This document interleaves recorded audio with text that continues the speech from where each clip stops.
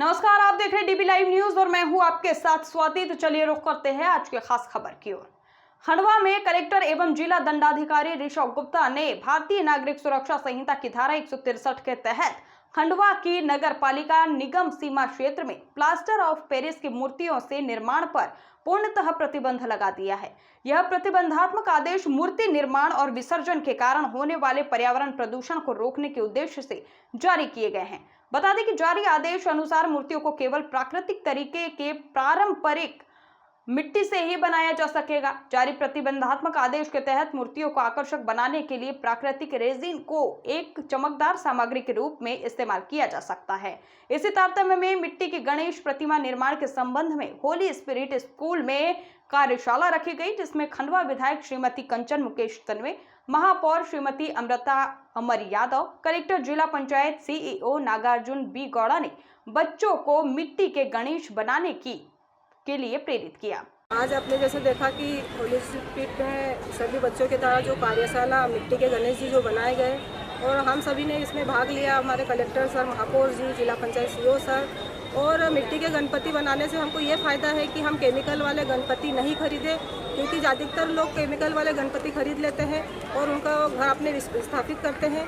तो मैं सभी से आग्रह और निवेदन करना चाहती हूँ कि हम मिट्टी के गणेश जी खरीदें और उनको अपने घर उनको स्थापित करें, क्योंकि अगर हम मिट्टी के गणेश जी लेते हैं तो उसका हमें फ़ायदा ये है कि हम गणेश जी जैसे कुएँ, तालाब, बावड़ी में उनका विसर्जन करते हैं तो मिट्टी के गणेश जी जल्दी से उसमें घुल जाते हैं। और अगर हम उनको अपने घर भी अपनी बाल्टी या टब में पानी भरकर उनका विसर्जन करते हैं और वही मिट्टी हम अगर गमले और पौधों में डाल दें तो उससे हमें फ़ायदा है, क्योंकि आने वाले समय में हमें ऑक्सीजन की और आवश्यकता है और इससे शुद्ध ऑक्सीजन मिलेगी। अगर वो केमिकल वाली मिट्टी उसमें डालते हैं तो हमारे पौधों को नुकसान है। इसलिए सभी से मैं पुनः आग्रह करती हूँ कि मिट्टी के गणेश जी खरीदें और अपने घर में स्थापित करें। आज के इस विषय अपने जो कार्यशाला थी उसमें आप सभी को बहुत बहुत शुभकामनाएं, बधाई और आने वाली गणेश चतुर्थी की, जन्माष्टमी की बहुत बहुत शुभकामनाएं, बधाई। सर, किस तरह का वर्कशॉप रख रहे कि नवाचार का प्रयास किया गया है? जैसा कि हम जानते हैं, खंडवा शहर में इस बार पीओपी की मूर्तियां बनाना, उनका विक्रय करना, उस पर प्रतिबंध लगाया गया है। इसके तहत चूँकि हमारी मूर्तियों की संबंध में मिट्टी की मूर्तियों की जागरूकता भी बढ़े और मिट्टी की मूर्तियों की अवेलेबिलिटी भी पर्याप्त हो, इस दिशा में आज ज़िला पंचायत, नगर निगम और हमारा स्पेशली NRLM के माध्यम से आज एक वर्कशॉप रखी गई है। इस वर्कशॉप का उद्देश्य ये है कि आज दिन भर स्कूली बच्चे यहाँ पर बारी बारी आते रहेंगे बैचेज़ में।